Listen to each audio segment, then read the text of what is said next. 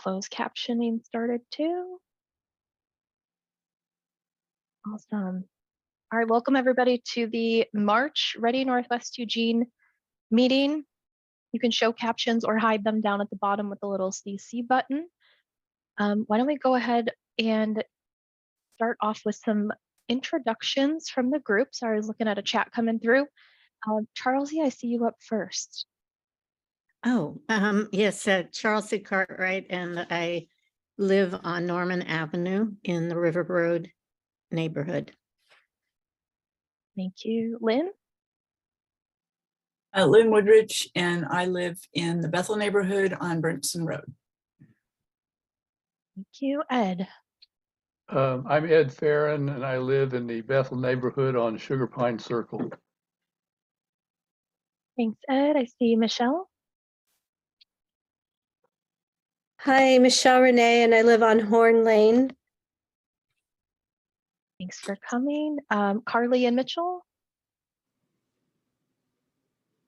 I'm Carly, and I live Chambers and 9th and Mitchell. Hi, I'm Mitchell. I live on River Road off of Mary Lane. Thank you. I see A.K. Oh, was that Ann? Hi, I'm Ann Mann, and I live on Hilliard. Thanks for being here. Joel? I'm Joel Robe, and I live off Robbie Street in Santa Clara. Thank you. Misty? Hey, I'm Misty, and I live off of, where do I live? Oh, Corliss Lane. Thank you. Diana? Hi, I'm Diana DeLuca. I live on Exeter in Santa Clara. Awesome. Thanks for being here. Jan? Hi, I'm Jan Spencer. I live on Benjamin here in River Road. Thanks, Jan. Let's see, people are moving around. Robin? Hi, I'm Robin Avedon. I live off of Maxwell. Thank you. John? Hi, John Q. I live on Fox Hollow. Thanks, John. Friendly area neighbors Zoom. Looks like Thea. Hi. You're on mute. I'm Leah. I live near Emerald Park on Hatton. Awesome. Thanks, Leah. And let's see, friendly area neighbors. I see you on mute. Oh, I'm Thea from Friendly Area, and I will change my profile shortly. Thank you, Jackie. Thank you. Let's see, I see a Steve Donna Carter.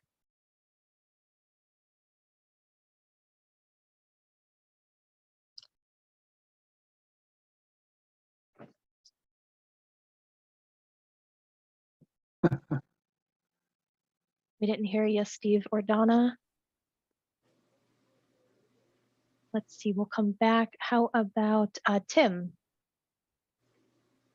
I'm Tim Felker with Santa Clara Community Organization out here in the north edge of town. Awesome, thanks for being here, Tim.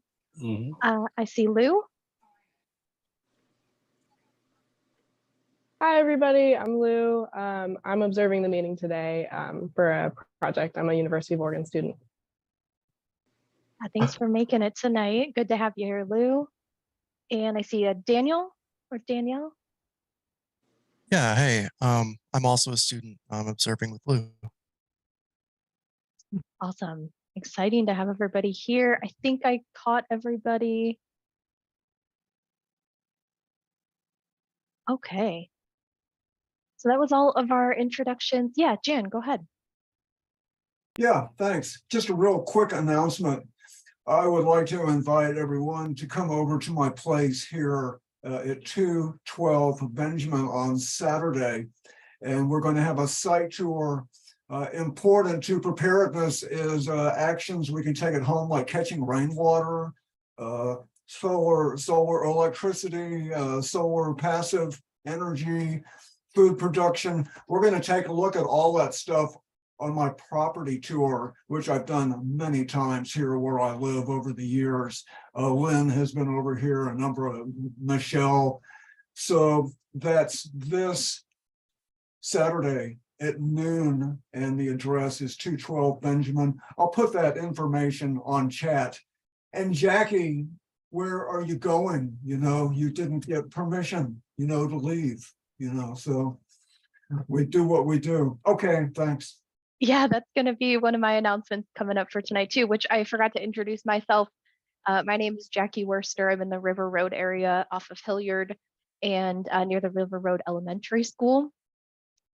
And one of my announcements for tonight is that I have 2 meetings left with the Ready Northwest Eugene group. I have the March meeting and then the April meeting. I'm going to be retiring from these efforts here, the emergency preparedness efforts. My husband and I are going to be selling our house and moving out of the Eugene area. So we are starting some new adventures. So we're looking for other people to get involved in these monthly meetings that we have going on in the preparedness teams and preparing for emergencies with neighbors. We're looking for people to step up and take on some of those responsibilities to keep these conversations going. And I did make a list of the different things that I'm working on. So if anybody's interested in hearing what those are or stepping up to volunteer a little bit more, there are definitely some opportunities for people to get involved. And let's see, do we have any other announcements here tonight?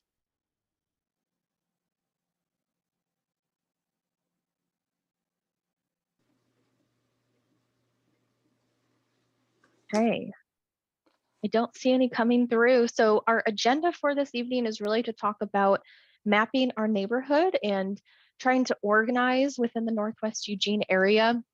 Before we move into that though, I wanted to share one other update from a meeting. I sit on an advisory committee with the Oregon Department of Environmental Quality. There is a Senate bill that was put into place to help devise some rules for any facility that can hold large amounts of fuel quantities. Let me grab the specific language of that so I can give you the right information here. I'll post this in the chat for everybody too. So there have been a couple of meetings on this over the last couple of months, but in 2022, there was a Senate bill in Oregon that gave the DEQ authority to develop a program that evaluates the vulnerability of fuel tank systems to stand up to earthquakes and different natural disasters, and requires them to develop a plan to minimize risk. So this applies to facilities managing over 2 million gallons of fuel in Lane, Multnomah, and Columbia counties. So there is a facility here in Eugene. Their name is Kinder Morgan. They're off of Prairie Road near the railroad tracks. And they fit that requirement. So they hold over 2 million gallons of fuel. So the rules that are being developed are going to apply to them. That's right here in our local neighborhood. The timeline for all of those rules to be developed, the plan is that those are going to come out in the June timeframe to be actually official. So the DEQ is still writing all of the information and writing the rules. They have a lot of experts that are sitting on that advisory committee from a wide array of backgrounds. And those meetings are all open to the public too. So anybody can listen in and ask questions. You can pass your questions along ahead of time if you want something specific answered during that meeting too. But the link that I shared will have more information about that program. The rules are still in development. Nothing has been solidified yet at this point. But my role is really to just bring that information back to the neighborhood. Does anybody have questions on that program or anything that they want to share? Charlesy? No, I just want to thank you, Jackie, for being on that committee and to calling it to our attention, because increasingly with the risk of flood, with what's happening in Palestine, Ohio, and so on, I'm just so much more focused on that rail yard and the general industrial area there that poses so many potential risks for us. So it's going to be a big loss having you leave, but hopefully we'll be able in this region to keep priority issues like that going and talking about them. So thank you for your service. Yeah, thank you, Charlesy. Michelle. I think Ed had his hand up too, maybe first. Just Kinder Morgan is one of the largest petroleum pipeline and natural gas businesses in the United States. Wow, I And did not know that. yeah, we're at the end of a very long pipeline here. Yeah, Yeah. anyway. I was just a little bit confused. Did you say that it's a Senate bill that's still up for voting, or is something that is law that's in place now and they have to start complying with it? The bill was passed in 2022, so that now the DEQ has a timeline to be able to develop the rule. So it was passed, but they gave them a specific number of months to be able to develop that program. And is there need for community input on that, or is the DEQ pretty on top of? No, they absolutely want community input. So there's a variety of people that sit on the advisory committee, from people who work in the fuel industry to neighborhood organizations to geotechnical engineers to people in all kinds of scientific fields. But they absolutely want to hear from the communities. They are going to be doing some outreach in, I think it's the end of April. They're going to start reaching out to people in the community to start gathering more feedback. And then there is going to be a public comment period too. I don't have the exact dates for that as of today, but as soon as I get that information, I'll distribute it to all of the neighborhood networks that I am in contact with. But they absolutely want neighborhood involvement and participation and feedback on that stuff. They are modifying the rules with all the feedback that they get along the way. So if you have information, definitely share it. Thanks, Michelle. All right, Joel. Jackie, this is Joel. Do you know what Senate bill that was? It was Senate Bill 1567, 1567. Thank you. Yeah.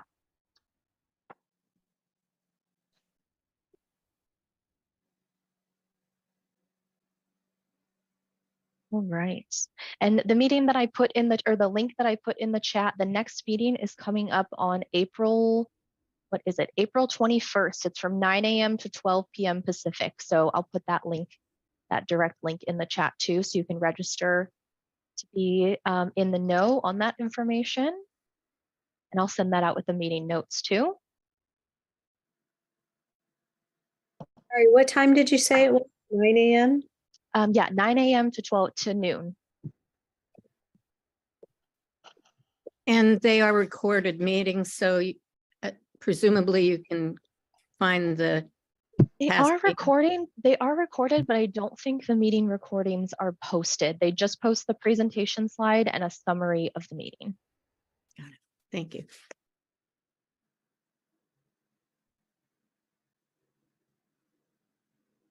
All right. Any other questions from the group?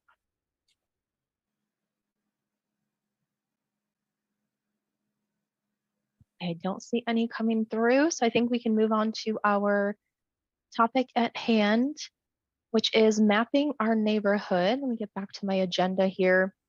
So we know sometime, I think it was last year in 2022, might have been the end of 2021, the city of Eugene and Lane County created evacuation zones for all of the greater Eugene area.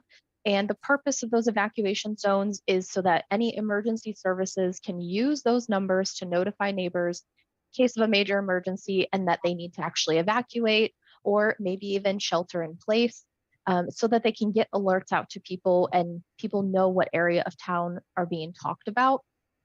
And I'm going to share what that map looks like really quick, just to get everybody up to speed on, if in case you haven't seen that. Let me share my screen here.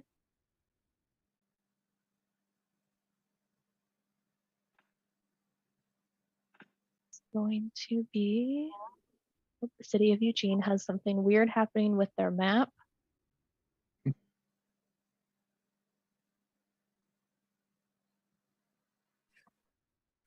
Okay, so this is, you can get to it from the eugeneoregon.gov website under their emergency departments and then emergency evacuation zones. So typically you can click this little blue button, but what's happening? Oh, that didn't happen for me the last time. Oh yeah, this is what I'm seeing. It's wanting me to log in to see the map. which I'm not able to do. So they must be having a bug with that map specifically, which is unfortunate for this demonstration. This is a screenshot that I can't make any bigger. But the Northwest Eugene kind of sits up here. We have the River Road neighborhood. Also Whitaker falls within zone 22. We have the North River Road area in zone 14. Santa Clara looks like it's 13, 7, 8, 23, I think that is. And then the Bethel area is out here as well. I can't read well what all of those zone numbers are, but luckily I do have those copied to our other map that we're about to look at. You know where the cutoff is from River Road to North Eugene? That the pink, like what street Yeah, is? from pink to yellow, it is Park Avenue. Okay. Yeah, and I'm not sure what is going on with their map. Let me try it one. Bethel zones on my map right behind me. We have 9 up here, 10, 11, 15, and 16. 16. Okay, thanks, Lynn. Is Beacon the cutoff for the far north? I do believe Beacon is the cutoff up there. And what I'm going to bring up, I'm going to stop sharing and reshare a different window because I have the actual zones listed out. So based on those City of Eugene defined emergency evacuation zones, I took an initial stab at creating something that broke those zones down even further into smaller groups. And let me reshare my screen here. Okay, can you see a Google map with a bunch of colors on it now? Okay. Yes. So this is just created in Google Maps. Any person has access to create it. I started with the City of Eugene zones, and then I broke them down into smaller groups. So we have the Whitaker, let me make this a little bigger even. We have the Whitaker neighborhood here broken down into smaller sections. As I scroll up, the River Road neighborhood is broken down into smaller sections, and these align with the borders of the City of Eugene zones. If you click on any of these colors here, you'll get a pop-up, and I gave them all just a unique name. So Northwest Eugene, it is the River Road neighborhood, and then 22 is our evacuation zone. And then I just started tagging letters onto the end of them. So 22A, 22B, this moves into 14D, 14C, 14G. If I click over here into Bethel, we have Northwest Bethel, 15D. So this is really just a starting point to show that we could use Google Maps to help organize our neighborhoods. The way that the different systems interact is we have the City of Eugene evacuation zones. Then there's also radio network zones that are organized by neighborhood association. Those align with these different colored blocks that I've created here too. So the goal is really to find people in each small area, each small colored area, that can form damage assessment teams, that can operate radios, FRS and GMRS radios, that could form medical response teams, that could really create a network together so that if something happened, you can connect with your immediate neighbors to get help or to maybe respond to a larger event if the whole neighborhood had to organize together. So I want to pause right there, get some initial feedback, questions from the group. What does everybody think? Lynn.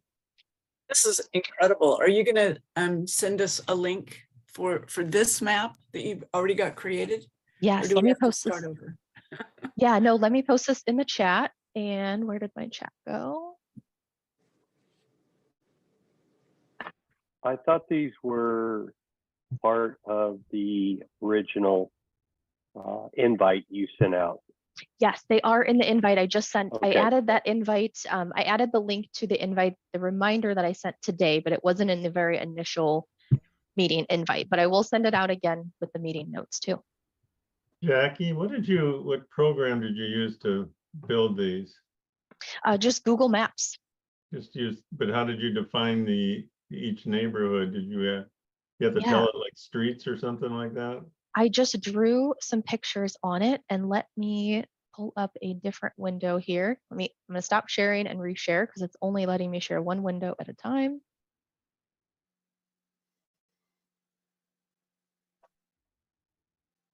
which is very silly. Okay, while I'm doing that, did I see who was next that had a question? I think Ed had his hand up, but I wanted to say something to refer to Ed on. Okay, I'll go ahead. As Ed is very well aware, before these districts were radio designated, they were CERT, and they're based on the CERT district maps. So there's a lot of history and a lot of organization that goes behind them as well for the Eugene area. If that makes sense. Yes, that makes sense. And I was pulling up the Eugene MCOM information too, because that also shows the Eugene neighborhood map. Okay, I got my screens fixed here. Ed, maybe you can explain it more. What? Explain what? The CERT districts. How long have they been around and what are they for? I don't think I'm familiar with those. Oh. But Okay, I'd well, like, this is the map. Yeah. Basically, they're geographical northwest, northeast, southeast, southwest, except southeast is divided into three, southeast 1, 2, and 3, with different CERT district leaders, and some of them aren't even in radio, but that's another way. This is, and then the MCOM people came along and gave each neighborhood channels, FRS channels to use, and ham simplex frequencies. And so it can be a little confusing when you talk about Northwest or Northeast, if you're talking to people that are coming out of those frameworks. Yeah, there's a lot of labels involved in all of these maps, right? So that's one thing I want to be very cognizant of, is not confusing all of the different zones and labels that everybody has. I want to build on what already exists, not create a whole new naming system for what we're trying to organize here. So yeah, calling out all those different layers is important. I think it's excellent. I like your A, B, and C. That's, getting away from numbers a little bit helps. Yeah. And what I'm sharing here is the Eugene MCOM group that's how they identified the different neighborhoods, and then they assigned the different FRS channels and different radio channels to the different neighborhoods so that they're not talking over each other in an emergency. So the zones that are on the map I created also align with these barriers here too. And that's where the Northwest comes from. Can you put that link in the chat too? Oh yes, I can. Charles E. well, I was just going to respond because in the past, Jackie, when you and I have talked about possibly doing some kind of an overlay of the River Road area, for instance, it felt very artificial because I think at that time, or the things I had heard, it felt like it was a grid that wasn't organic. When I looked at this, I didn't have that same feeling, I guess, because the little area that I live in, I looked at it and I thought, no, that makes sense to me, the natural boundaries that are there. And I could honestly see the potential of reaching out over time to the residents in that area. It felt more user friendly, and I really appreciated that you have done this. And that's just an immediate response I had. I didn't feel, I felt inspired by it, which is going to happen if these things are going to grow. Yeah, exactly. Thanks, Charles E. And yeah, the boundaries are totally just based off of the other boundaries that exist. And then I just saw where there was a road and kind of drove down that road. To show you an example of how easy this is to modify, you go to Google Maps, or you go to My Maps. This is a map that is saved. You can draw a shape. So if I click right here, it's drawing in like a black, I don't know if you can see that black line. I can just kind of click around wherever I want to, complete the shape, give it a name. If I save it, I can change the color of it. And then I can add, descriptive text to it as well. So after you do that, the dots can be moved around. So these boundaries are totally movable and customizable. This was just a starting point to to start getting people organized. But it seems pretty easy to maintain from what I've been able to see using it so far.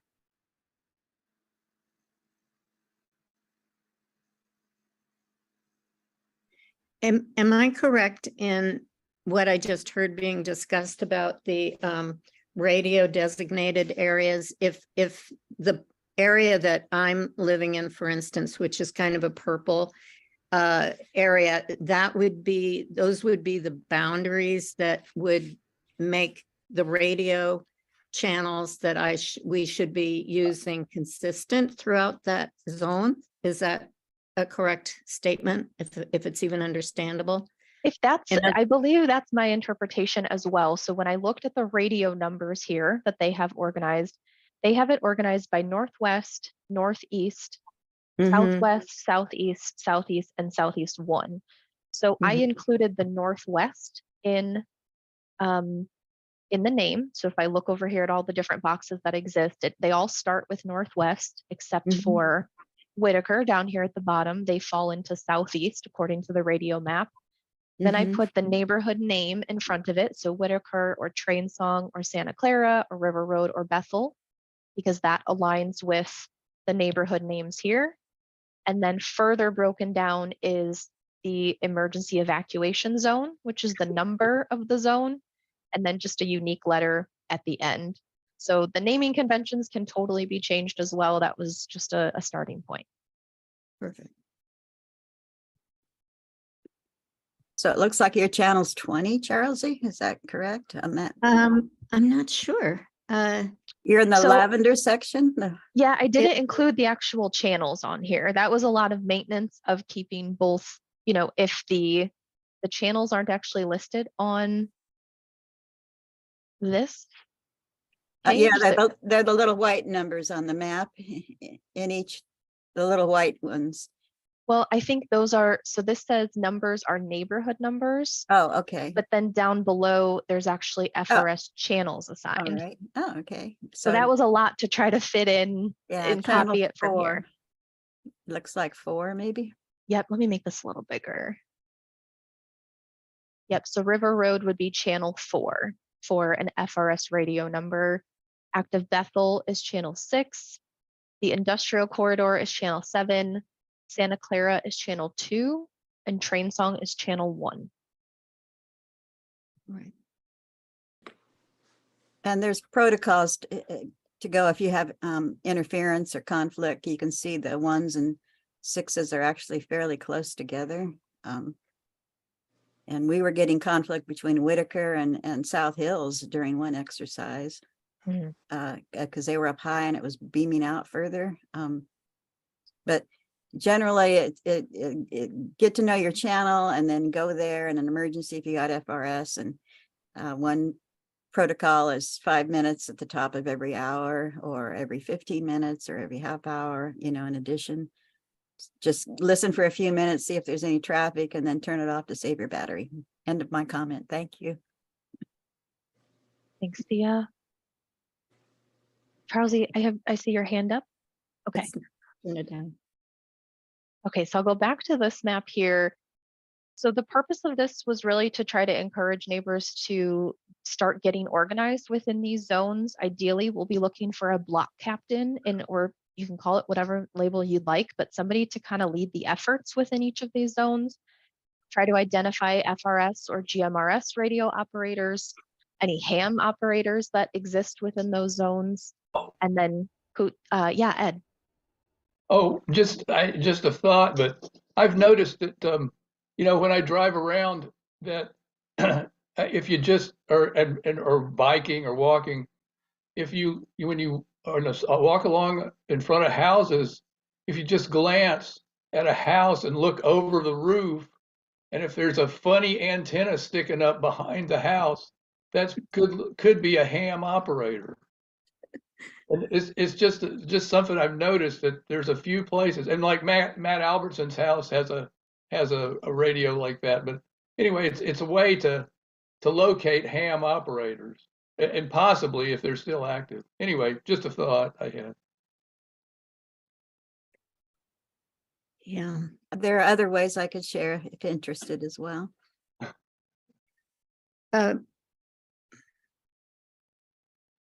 let's see,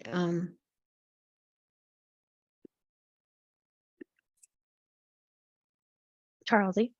yeah, I was wondering if people could talk a bit about their response to this and whether or not they personally would be interested in participating and being, if not the block captain, at least helping identify or working with a small group of people in their zone, in their little area to make this grow. I'm concerned that Jackie's going to be going away, and that puts this group at a bit of a precarious spot. And I think this is such a great visual and idea that I just want to, I'm wondering what people's response is as to how we might be sure to grow this.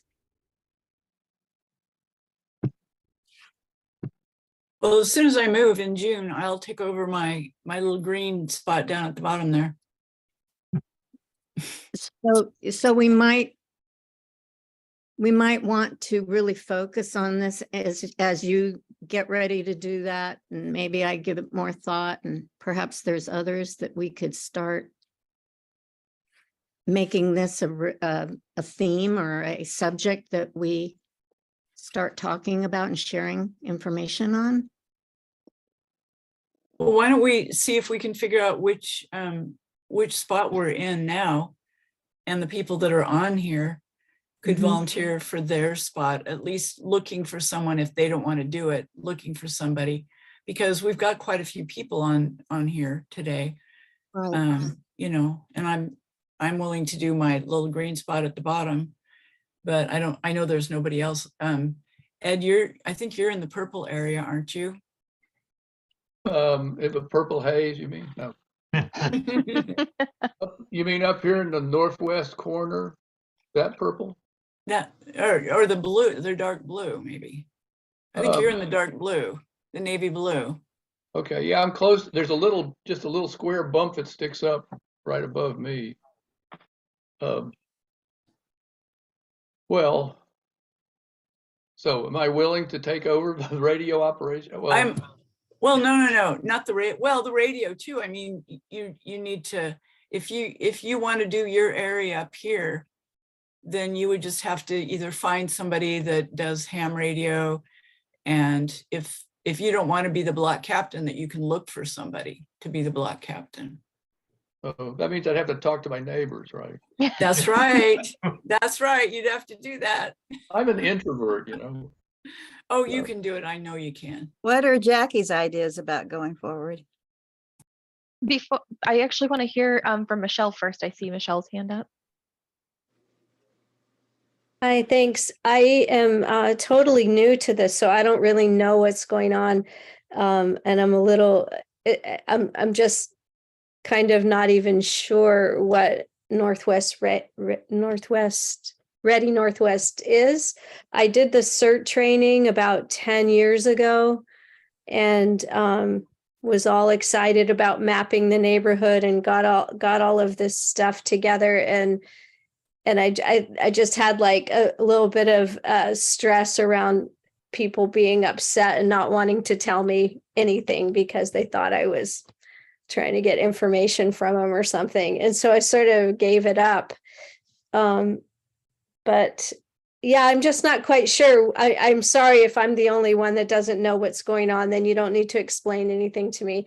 But I'm just wondering what is actually involved. And then somebody else mentioned CERT districts, and I'm wondering how those are they connected together? Are there two different separate efforts going on? One is CERT and one is Ready Northwest.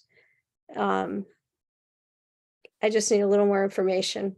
Totally. Those are really great questions, and I'm sure you're not the only one that has them. I couldn't tell on the map where I was because I couldn't see the streets, so I'm not sure which areas. If anyone can tell me where I am on the map, that would be good too. Yeah, so these blocks here, what we're really trying to start the conversation with is we are all just volunteers showing up to talk about emergency preparedness every month. We know that in a major disaster, our local immediate neighbors are going to be who we likely have to rely on for help. So we're trying to keep the conversation going to encourage neighbors to reach out to their immediate neighbors and start organizing, start having those conversations before an emergency actually happens. There's no strict requirements that if you say, I live in this green box here, that you have to put your name on any of these titles whatsoever. It's what works for you and how you can show up for your neighbors, what you're able to participate in. So I don't want anybody to feel pressure to say, I'm going to sign up to be, the medical response team in that zone. And that's, you're the only person that does it. It is whatever you're able to participate in and whatever you're able to give back to the community, totally volunteer based. The districts themselves do overlap with the CERT districts. So Northwest Eugene, we are really the Northwest CERT district. That's how we kind of came together. Ed was our CERT district leader for a while. And that's really where we all kind of met each other and started having those connections. But it is totally volunteer led. Does anybody else want to give any more background or insight to this process here?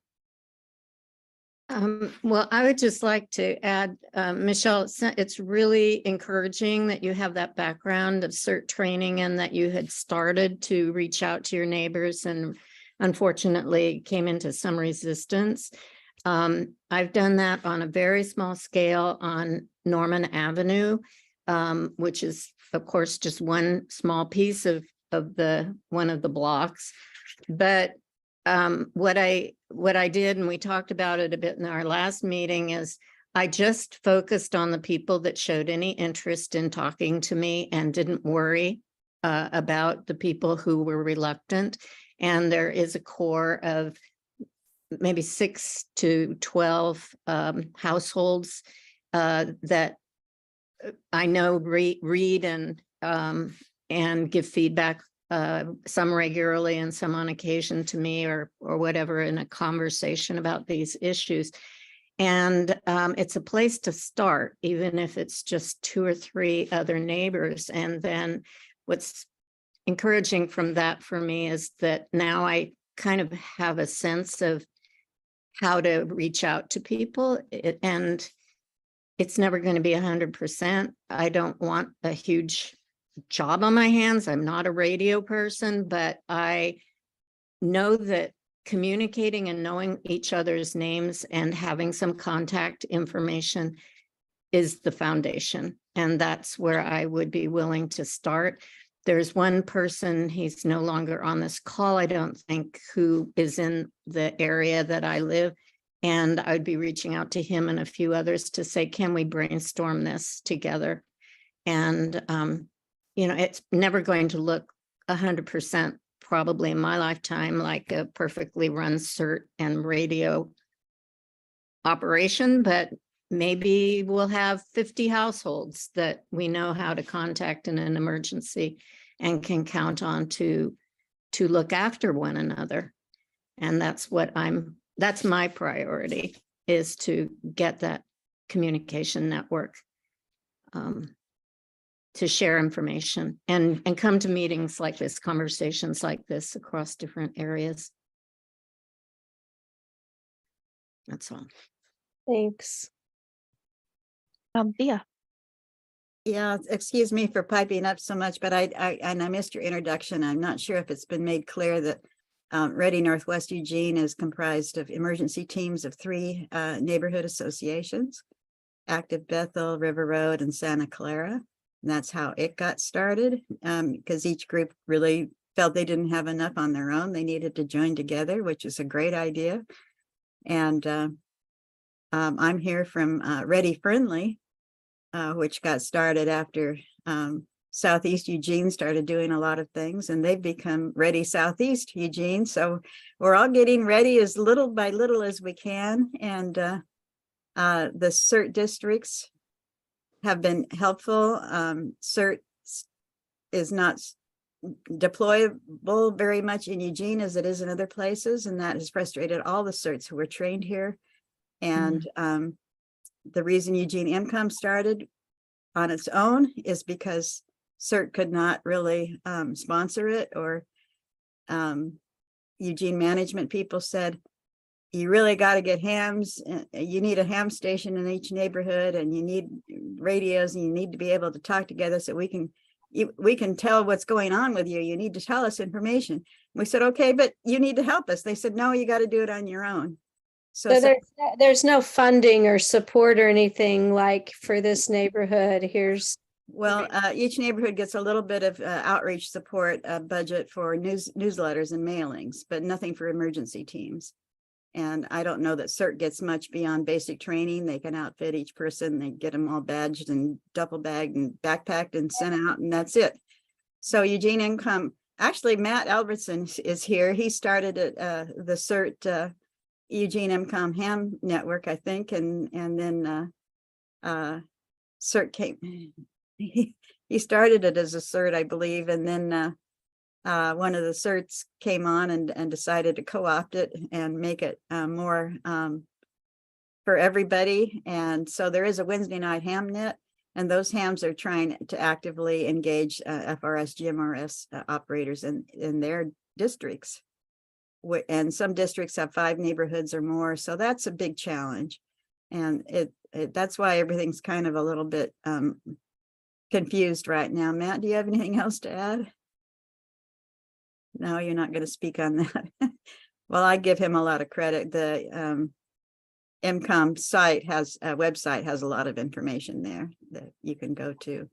But Jackie's plan or design is wonderful. I'm so glad to be able to see it and have a chance to be part of it. I've been active with Eugene MCOM and am available to help in any way possible. Thank you. Thanks, Sia. Or Anne. Yeah, I have a question. So I'm looking at the map and looking at all the many streets that are even within the smaller areas, and a little overwhelmed just at how many households are actually in each smaller area. I'm wondering if, to get participation, if you if people might break it down even to small areas, like, Michelle, you're on Horn and I'm on Hilliard, to kind of even have a smaller group so that you just don't have quite so many people, even just like mapping your neighborhood. Does that start with like 15 houses, something like that? Yeah. How that works into this same larger map, which is part of the even larger. Well, I think that's a great idea, but I think you need to get a group of people within that area. So you're going to need to be recruiting more people within that area so that you can cover everything with more people. I think that's the challenge that we have, is getting enough volunteers for each of the areas, so you can break that down into smaller pieces. Good. Yeah, and to reply to that, that's exactly right. So the map your neighborhood, only 15 to 20 houses definitely fits within the smaller section of these groups right here. That was too many blocks for me to create right off the bat. But our last meeting that we had talked about, we had some neighbors from the Friendly area and from Whitaker come and talk to us about mapping your neighborhood. And one of the biggest barriers we heard was people don't really know where to start. It's overwhelming. The map is large. They don't know who to go to. So this was just a first attempt at trying to make that feel a little bit smaller and not as overwhelming, but blocks can certainly be made smaller. Smaller colors can certainly be added to this map. We can plot certain points on there. It brings up a conversation about data privacy and how do we share information with each other and how much do we want to put on this map exactly, but it certainly is flexible to go that route for sure. I see Robin's hand up. I was just going to go on my one block and start talking to people and like maybe getting them signed up for a neighborhood watch, getting their address, phone number, email and stuff to start. Does that make sense, or should it be completely separate? And my other question is, there's a church on my block, and, you know, have churches been involved in these kind of things? Yeah, Lynn, do you want to answer that?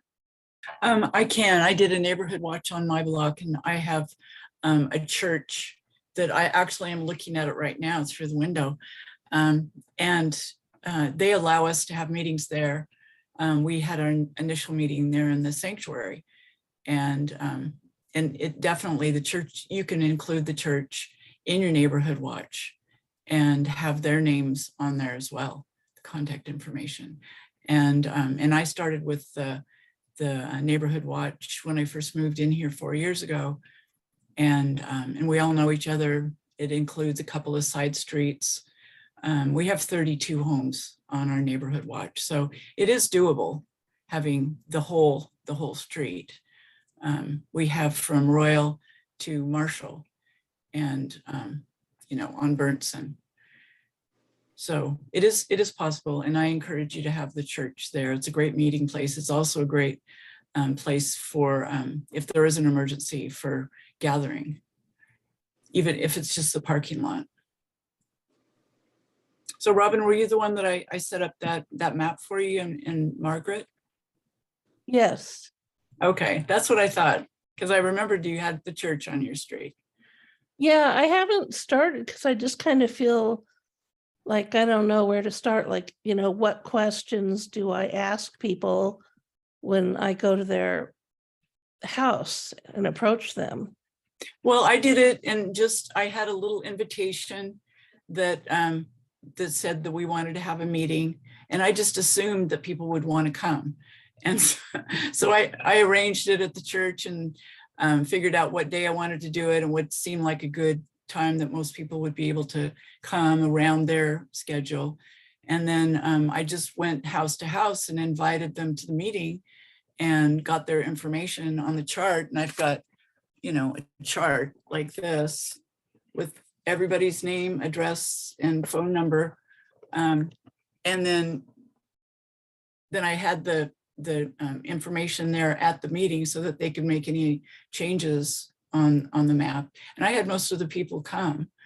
And, you know, I guess I'm really lucky that we had a really friendly neighborhood, but it worked out great. And then we just had more meetings, and people volunteered to put the sign in their yard. And we had one at one end of the road and one at the other end of the road.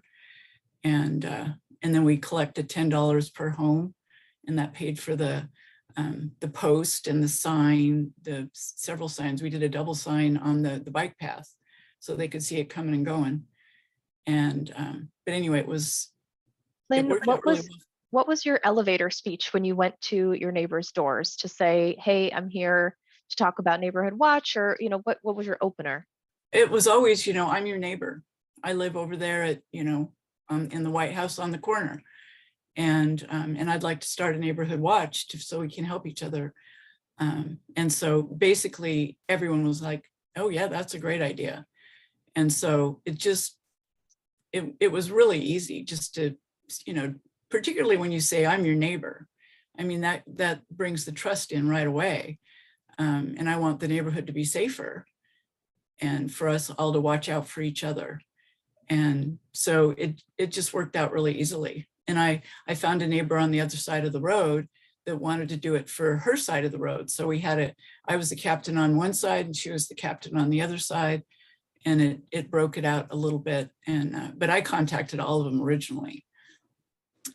You know, it's just time is involved. And once you get that going, and then I set up a Facebook page, a private one with everyone's email addresses, and invited everyone to the Facebook page. So anytime anything weird's going on, we just post it on the Facebook, or somebody needs help. We had somebody that had a trailer that they'd built upside down, and it was 400 pounds and they needed to figure out how to turn it over. So they posted that on there and they got volunteers. So, I mean, you know, it really is a nice neighborhood feature.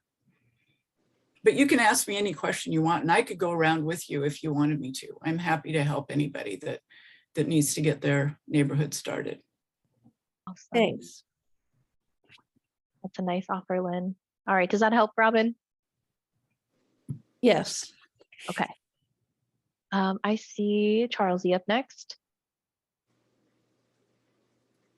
I just wanted to underscore for the people who are expressing interest and maybe on the fence about it, don't get hung up on the numbers. It isn't even 12 to 15. It can be 4 people. It can be 3.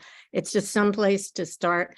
And then I would encourage you to make it comfortable for yourself in terms of the size, and that these things can start organically with just the people that you're comfortable talking with, but with the idea in mind that you would be as inclusive as possible over time. I think it's once you get started, it kind of falls into place. I've started a Map Your Neighborhood program on my street. I put my contact information in the chat. If anyone wants to see the little map I did or any of the materials I shared, I'd be happy to share it with people. Thank you. Thanks, Charles. Mitchell, I see you up next.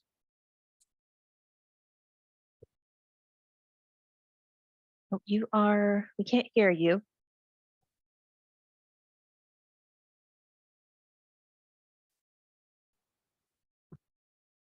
Don't see that you're muted. Can you unmute him? Jackie? Mitchell's not muted. Oh. Sorry.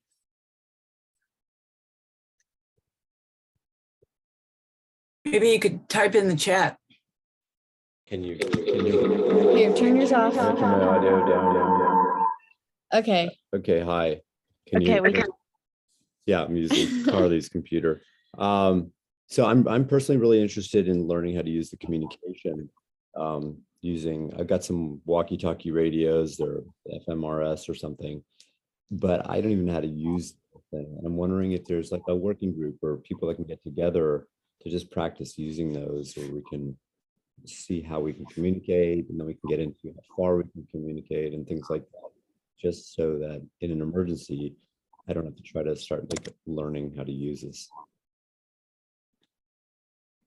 Yeah, great question. Matt, do you want to answer that or provide any insight there?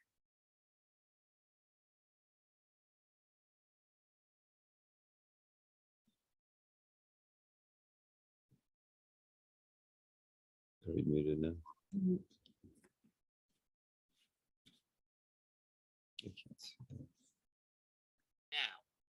Yep, we can hear you, Matt. Okay, go to, assume you're near a computer, go to www.lcsaro.org. That would be Lane County Sheriff's Amateur Radio Operators. .org. Can you put that in the chat, please? Certainly.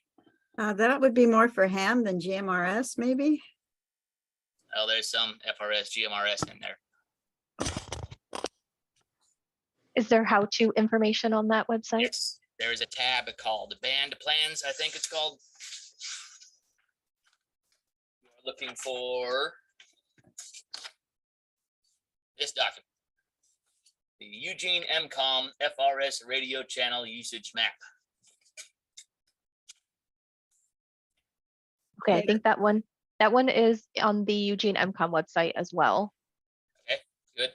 I'll put that back out here. So are there any, I know some neighborhoods like the Friendly Neighborhood have regular meetups to practice radio communications. I don't know of anything that's organized in the Northwest area. Matt, do you know of anything? Nope, nothing yet. The farthest I've got is having the potential to have a communications hub there at the, what's that church? Trinity Methodist. Trinity United Methodist here on Maxwell. I've spoken to the past, the what's her name? The Reverend. Yeah, Reverend Dina Wolf. And she's wide open to the idea of having an emergency communications hub there, antennas on the steeple and everything. Awesome. That is great news. from a Mitchell, I think I heard you say an FRS radio is more the practice that you were looking for. There are a lot of people interested in meeting up to practice their radios and learn how to use them together in the Northwest Eugene area. There is no specific person to lead that effort though, or organize those people to get a meeting together. So I can definitely, if somebody's interested in trying to organize that and just invite others to a time that works for you to meet up and just play around with radios, there are a lot of people that are interested in that in the area. I'll post my phone number in the chat. And if anybody, even 1 or 2 people want to get together just to experiment with it, I think that would bring me along the way. I see Charlesy. Awesome. Thank you. Thank you, Mitchell. That would be awesome. If you wouldn't mind putting your email out there too, that would be great. I went on Amazon to find my radio, and that really long link is just this little radio. And I believe it was like $39 or something. And what kind of radio is that? I'm not familiar with the terminology of the. It's a Midland. An FRS radio. FRS radio.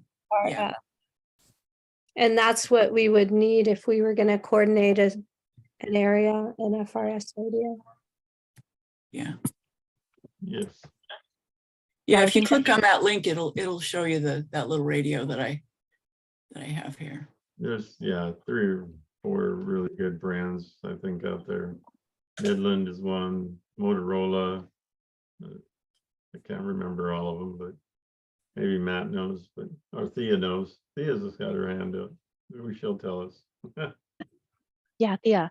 FRS stands for Family Radio Service. It's a term not very old that the FCC used. It does not require a license.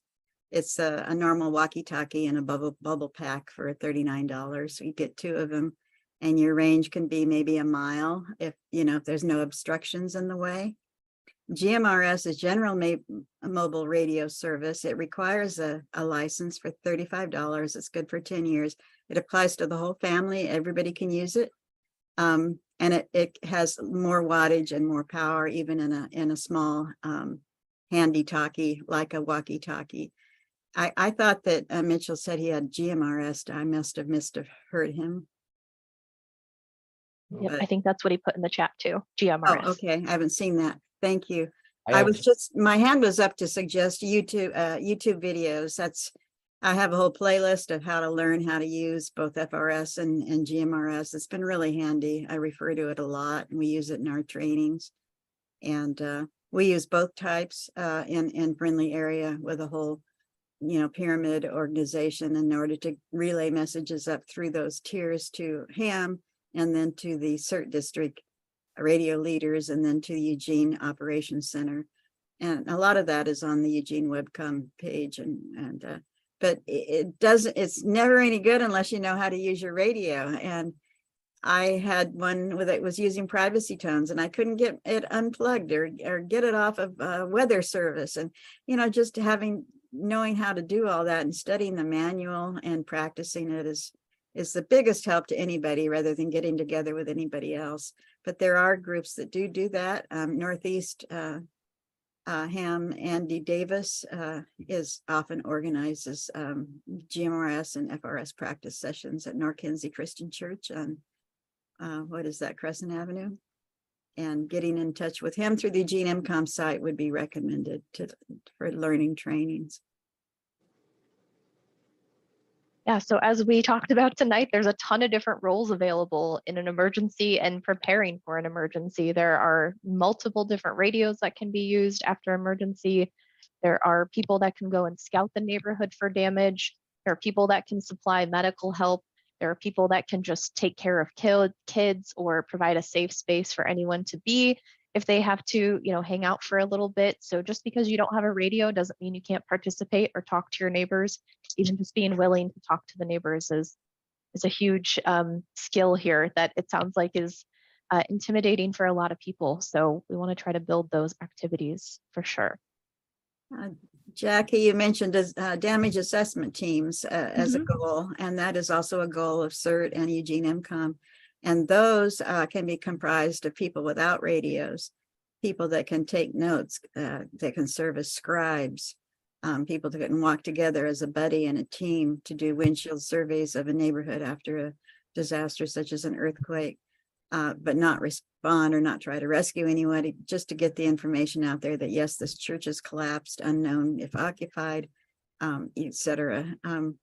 So you don't have to have a radio to participate in any of the MCOM exercises, or a lot of what the goal is to prepare neighborhoods to work together, neighbors to working together.